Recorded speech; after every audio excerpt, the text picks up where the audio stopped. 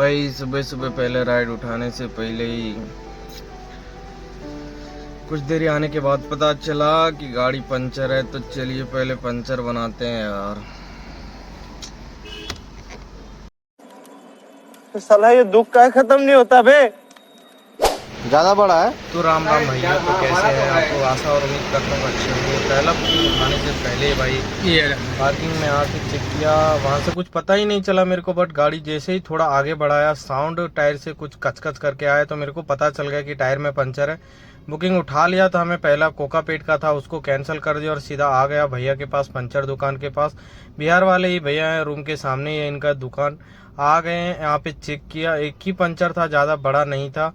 भैया को बोला चलो यार जल्दी जल्दी बना दो। देखो उबर का रेट क्या ही घटिया दे रहा। अब तो कैब नॉन एसी बंद ही कर देना चाहिए यार, समझ नहीं रहा उबर, पता नहीं यार। भैया का पेमेंट कर दिए, 80 रुपीज लेते हैं हम टैक्सी वालों के लिए। वहां से आप देख सकते हो भाई साहब, एक राइड आई है रैपिडो में 18 किलोमीटर में 483 दे रहा। एक उबर में आया है, ये दे रहा है 27 किलोमीटर में 415 रुपए। तो रैपिडो में ही जाना बेटर है, उसमें ट्रैफिक नहीं है, इसमें थोड़ा ट्रैफिक है, बट रैपिडो में ही जाएंगे। तो चलिए जाके इनको पिक करते हैं।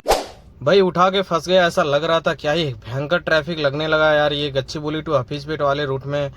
वहां से सीधा चल दिए, फाइनली निकल के इनको ले आके ड्रॉप कर दिया। आप देख ही सकते हो यहाँ पे आने के बाद अच्छा ही फेयर दिया, 483 था, वहां से निकलना था मेरे को। उसके बाद रैपिडो का एक्सपायर हो गया था प्लान, भाई कमाना चालू नहीं किया कि इन भिखंगों का भीख मांगना स्टार्ट हो गया। तो फाइनली रैपिडो का रिचार्ज करके ऑन कर देता हूँ रैपिडो और उबर। तो देखते हैं यहाँ से अगला राइड किधर का आता है।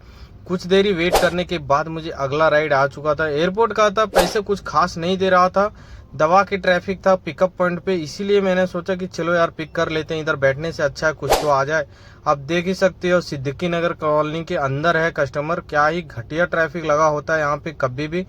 फाइनली इनके लोकेशन पे जाके इनको पिक करते हैं और सीधा चलिए जाके निकलते हैं एयरपोर्ट की ओर और बताते हैं आपको क्या फेयर आया। तो फाइनली भैया को पिक करके सीधा हम लोग चल दिए थे आउटर रिंग रोड की ओर। आप देख ही सकते हो क्या ही मस्त सीन आता है। इनको ले आके ड्रॉप कर दिए, 457 प्लस 50 रुपीज एक्स्ट्रा मुझे आ गया था। उनको वहां पे ड्रॉप करने के बाद ही मुझे उबर को सेडान में आई थी बुकिंग, इनको जाके पिक कर लिया सीधा। अंकल आंटी थे वेस्ट बंगाल से आए हुए थे, आप देख ही सकते हो क्या ही मस्त मौला आदमी थे। बट ममता बनर्जी का कुछ ज्यादा ही तारीफ कर रहे थे इन लोग। इनको ले आके ड्रॉप किया गच्चीबौली में, क्या ही घटिया फेयर दिया आप देख सकते हो भाई। वहां से 2-3 घंटे खाली खाली घूमने के बाद एक भी राइड नहीं मिल रहा था मेरे को। तो वहां से खाली खाली में गया हफीजपेट में गैस डलाने के बाद फाइनली 2 घंटे के बाद मेरे को एक राइड आई, वो थी एयरपोर्ट का रिटर्न। भाई कुछ खास फेयर नहीं था, फिर भी मैं सोचा इधर बैठने से अच्छा अब चल देते हैं सीधा रिंग रोड की ओर। और रिंग रोड के बाजू में नाना करुंगड़ा के पास ही भयंकर एक्सीडेंट हुआ था भाई, वहीं पे 15-20 मिनट लग गया ट्रैफिक में ही। फाइनली इनको ले जाके ड्रॉप कर देते हैं एयरपोर्ट में। आप देख ही सकते हो 514 रुपये का फेयर आया है भाई, इतना घटिया कर चुका है उबर गो, ये भाई चलाने का मन ही नहीं कर रहा। देख सकते हो फिर से रिटर्न उबर गो में ही आई थी बुकिंग मुझे।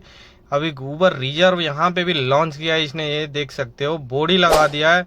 अभी इनको पिकअप करके सीधा हम चल देते हैं पीवी नरसिम्हा राव से होते हुए।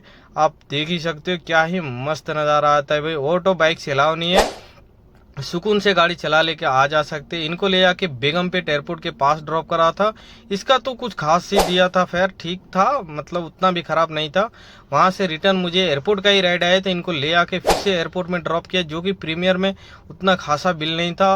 वहां से सीधा मैं आ गया फिर से उबर गो का पार्किंग में, और यहाँ पे दिखी मुझे सेडान नहीं एक्सल दिखी भाई उबर गो की लाइन में। आप आइडिया लगा सकते हो किस कदर कारोबार खराब हो चुका है एयरपोर्ट में।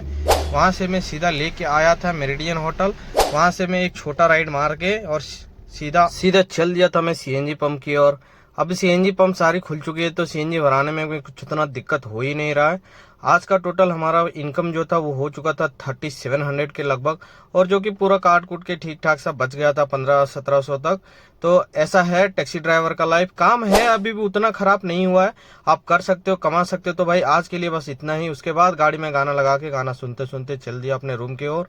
अगर भाई वीडियो पसंद आया होगा तो लाइक शेयर सब्सक्राइब करते हैं। मिलते हैं नेक्स्ट व्लॉग में, तब तक के लिए बाय बाय मेरे दोस्त।